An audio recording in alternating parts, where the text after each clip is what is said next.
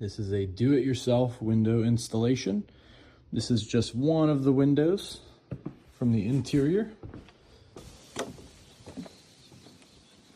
This is what they look like from the exterior.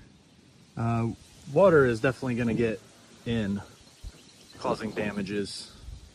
And not just that window, but all of the replaced windows have been installed improperly.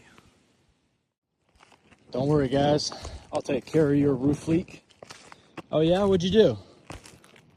I caulked it, I roofing tarred it, I did a real good job.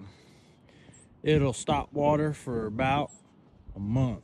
And it's simply not good enough. No, it's simply not good enough. Hey!